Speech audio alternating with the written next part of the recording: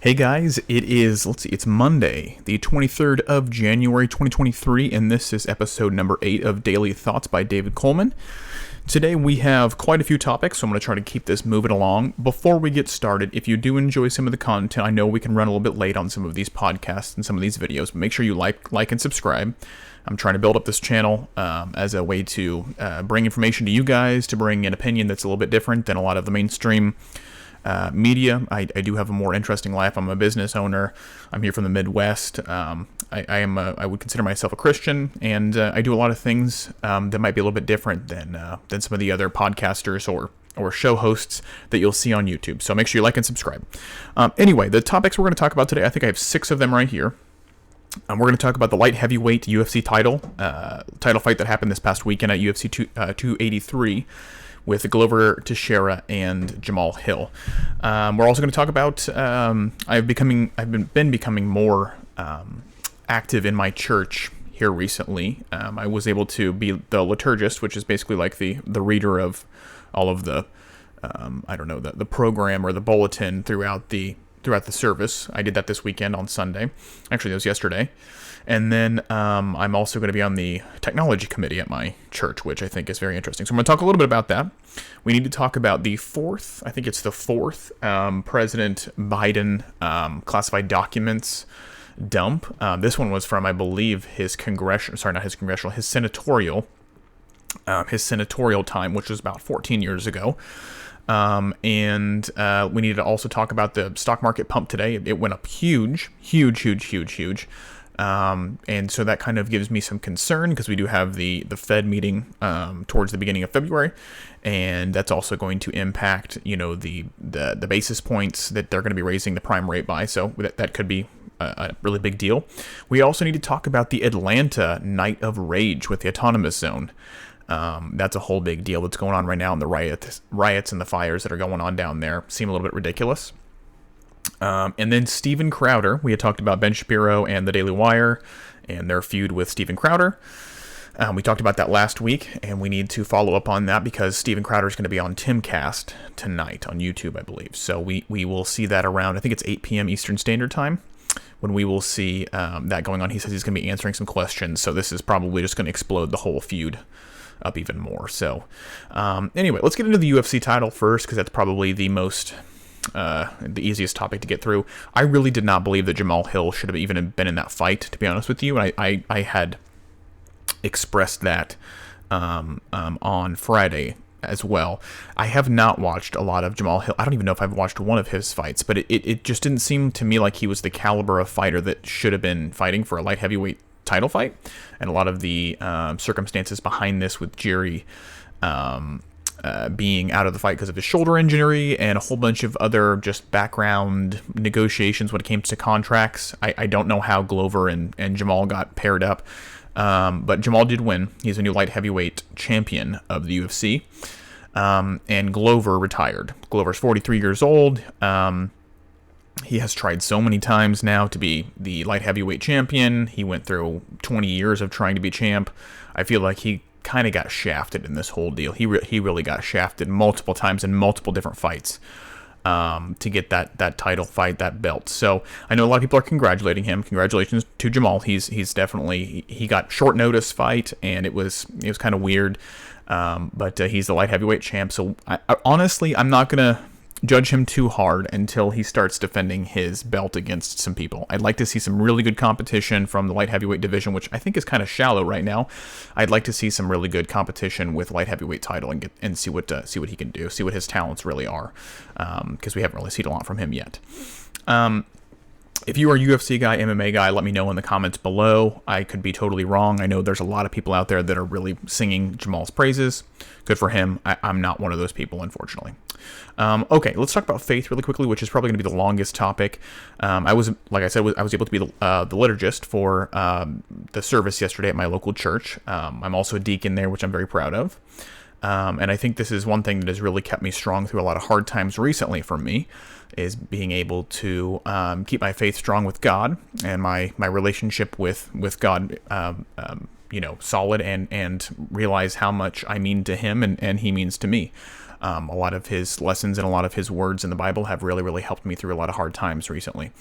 And I was able to volunteer in order to do that at my service yesterday, and I'm going to be working on the technology committee at my church also. So I think that's really important if you want to stay grounded, especially during hard times, is to volunteer, especially volunteer for other people. And I've done a lot of other volunteer work and stuff like that before that we may talk about some of that later on. But I think that's something that has really kept me grounded, is to really understand what is happening around you, and that people, when you volunteer, you're worrying about people and a cause that is bigger than yourself.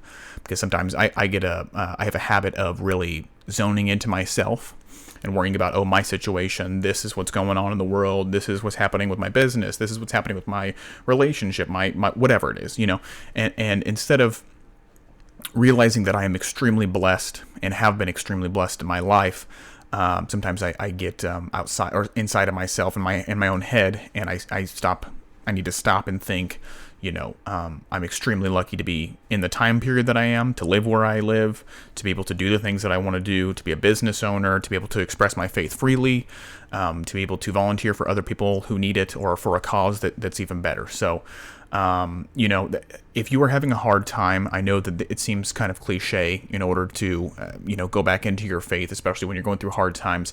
But it's important to have faith even in good times, also to thank the Lord for or whatever your God is, if you're religious another way. It's important to remember where you came from, and to remember what your God has given you. So that's been very, very important to me, and helped me get through a lot of hard things here recently. So if you have any questions about faith or anything like that, I'm a big Chosen fan. You've probably heard of The Chosen, the TV show. I'm going to be going to go watch that here soon in theaters with the release of episodes 7 and 8. So all my The Chosen TV series fanatics who are still watching season 3, I'm here with you. My mom is a big Chosen watcher, and she got me into that. So I've been very fortunate to have a very, very religious mother who was looking out for my faith, and didn't give up on me, even though for 10 years I probably wasn't a very religious or a very good person. So anyway, let's move on to something very, very anti-religious.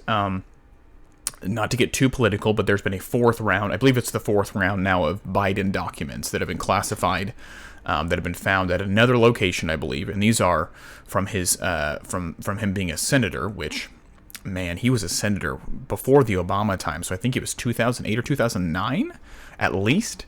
So these classified documents have been around for almost 15 years now, that were undiscovered, and who knows where they were, to be honest with you.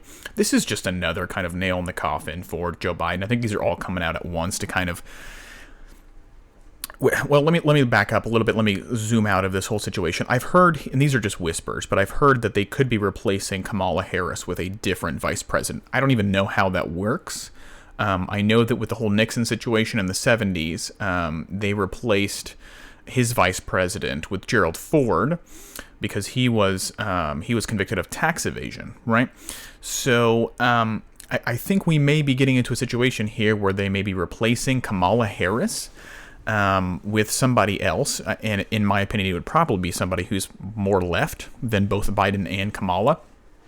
And then they would I don't think he would ever be impeached because of the Senate being controlled by the left, but I think he could be, forced to step down by the larger Democrat Party, because they'll lose support for him, especially after all this document stuff. It's going to be really hard for them to make a case for him, and a re-election case for him in 2024. So there may be a situation here where they replace Kamala Harris with a more left and a more hardcore Democrat politician, and then have Biden step down in order to put them in place as president. So that's just my tinfoil hat theory. I tweeted that earlier, and someone was telling me that it was a conspiracy theory. So it absolutely could be, but it's happened once in the 70s, which was 50 years ago, and it could happen again. You really never know with this stuff, and I mean, we think we have control here in the United States because we vote, and we have the Electoral College and all this, but do we really? I mean, do we really? Does the intelligence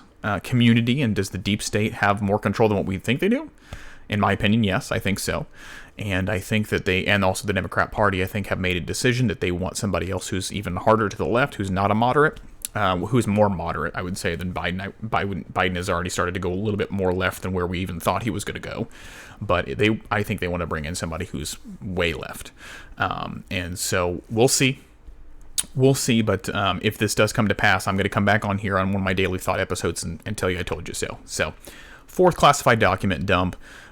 This is just another nail in the coffin. I think they'll be probably replacing him here pretty soon. I don't think he can survive much more of this because Merrick Garland's going to start the special counsel and the special investigation in on this. There's Hunter Biden investigations now happening in the Judiciary Committee in Congress, so they're really opening up the floodgates for the Biden administration and for the Biden crime family. So we'll see what happens with that, but man, it doesn't look very good for him right now. Let's go on to financial news. Stock market went up today quite a bit. Let me look really quickly. I closed it earlier. I've been watching crypto most of today, but looks like... Wow, Dow went up 0.75% today, which is pretty darn good. NASDAQ was up 2%, and S&P was up another, percentage and a quarter. So, we're starting to get to a point where we have to kind of ask ourselves, is this a bull trap? Or is this just is this a recovery of the economy showing that it's starting to get stronger and we're actually going to be avoiding a recession? I don't know. I really think with all of the layoffs here from some of the big tech companies and Amazon and some of these other platforms and the weakening of the manufacturing sector, I think we're getting into a bull trap here, especially with the Fed bringing out new rates next week. That's actually like a week from today, a week from tomorrow, I think. And we'll see if they're going to continue the increase of the prime rate. My guess is 25 basis points, which is 0.25%. They've been raising it in the past by 50 basis points, which is half percentage. But we've already seen a massive decrease in housing demand, houses being sold, cars being sold, loans being taken out. The credit card debt in the United States of America has skyrocketed. Savings has gone all the way down. So we're seeing a lot of the factors that I think the Fed wants to see. Unfortunately, it's brought a lot of pain upon the American people. But I think they're trying to avoid or create a soft landing and not a hard recession, though I think a lot of our economy is already within a recession and they're just trying to stall this out. So we'll see about that. Crypto went up. Crypto's been ranging actually quite a bit here recently. It's just been going up and down. This weekend was kind of an interesting one for crypto. There was a couple pumps there in a couple different really, really important coins. Bitcoin hit 23,000 and is just kind of fluctuating around that 23,000 mark. So if you guys are crypto people, it's going to be really interesting to see this next week. This next week is going to set I think it's going to set the tone for the rest of this quarter for sure, because we're going to find out, is the economy strong enough to recover or at least hold its own for a little while, or are we going to go back down? Are we going to start really seeing some damage in the economy where 2023 is going to be another absolute horror show for investors?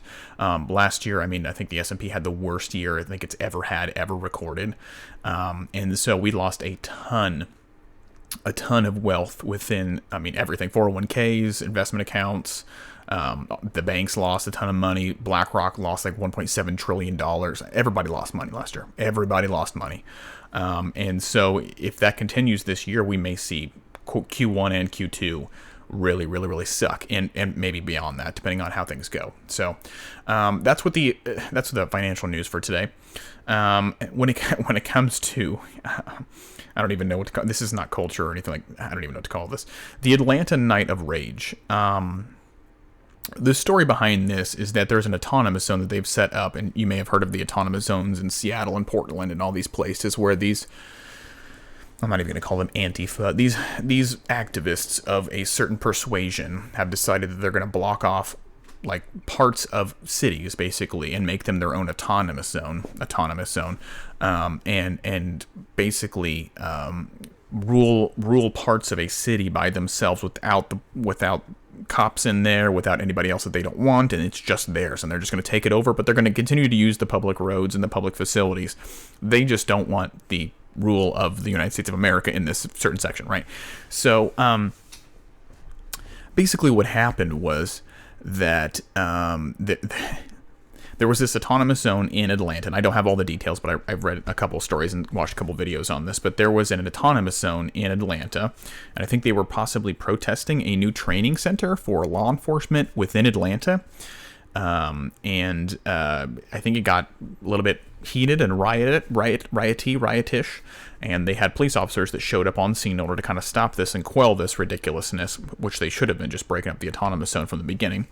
But essentially what happened was that I believe one of the protesters started firing at a law enforcement officer who was injured and returned fire and killed this rioter. This Night of Rage was their retaliation, where they were in Atlanta, and it looked like it was like downtown Atlanta, where they were burning cop cars and burning houses and all this kind of stuff. And this happened last night in Atlanta, and it's not a national news story, which it should be, but they were just going absolutely berserk. And seems a little bit, obviously I'm never going to be a rioter or anything like that, but to me seems absolutely ridiculous and a giant waste of time. I mean, where are these people and where are their jobs, right? Like, don't you have to go to work tomorrow? But that's just my thought. But this is kind of the game plan, it seems like, for what the left is looking for when it comes to an insurrection. They want to build these autonomous zones, which are obviously illegal, and obviously go against every single, law that you could possibly imagine in the United States of America, private property, and you can't create your own country within the United States of America, right? They did that in 1860, tried to do that with the Confederacy, and we see how that went. So, but then they're frustrated when law enforcement shows up to break this up or to stop them from breaking laws, because you're still in the United States of America. Even if you say it's an autonomous zone, you can call it whatever you want. You're still within the United States of America and within the city limits of Atlanta. So it just comes down to their playbook of, we're going to go do something that's obviously illegal. When the law enforcement comes to try to stop us, we're going to try to be violent with them. When they are violent back to us because we try to shoot them or do something to them, then it's the police officers or the law enforcement's fault for defending himself and firing back, and then they killed this rioter. So, and believe me, I'm not a giant fan of law enforcement. I really have some issues with the way law enforcement is being, with the way that law enforcement is right now. However, in this case, I mean, it's hard to defend the rioters. It's like, you guys were obviously in the wrong here, and this is just a way of you throwing a tantrum, you act like you're 7 or 8 years old, where you just can't control yourself, and we're going to go riot and burn all of Atlanta because one of our friends died for being an absolute idiot. So that's my opinion on that. Maybe that's a little bit too spicy, but there you go. I think it's really stupid. Another stupid topic that we can wrap this video up with. We're already at 17. Jesus Christ, already at 18 minutes. I don't know how this time flies by so quickly, but Steven Crowder on Timcast tonight at 8 p.m., which is in about, a couple hours. I still think the Steven Crowder versus Daily Wire thing is a giant bunch of bullshit. And sorry about my language, but this is just retarded. Sorry about my language again, but this is so dumb. We are all supposed to be a conservative movement, and even if we could have policy disagreements, when it comes to the policies we're trying to see enacted within the United States of America and throughout the world, and how we're supposed to be living our lives and what moral virtues that we're supposed to be living by,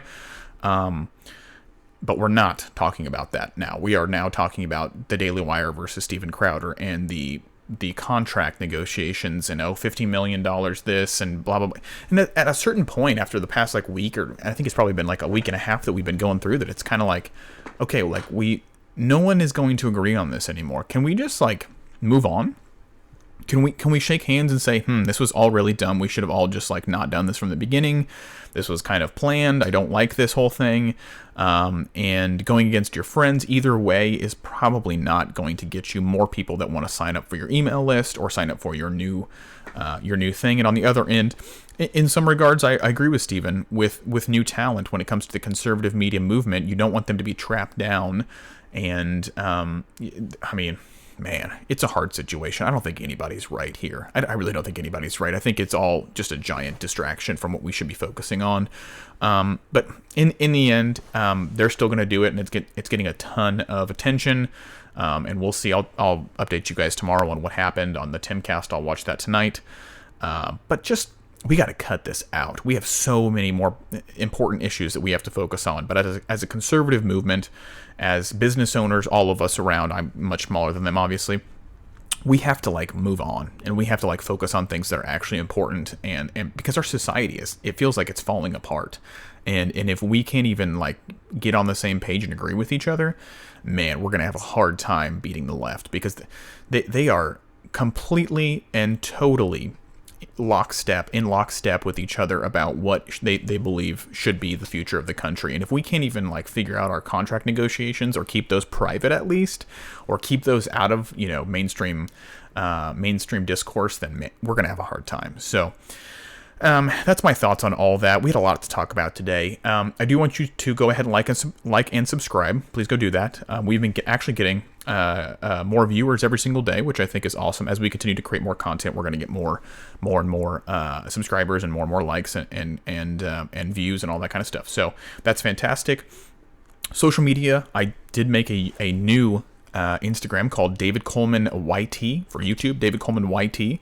I haven't posted anything on there, but I will.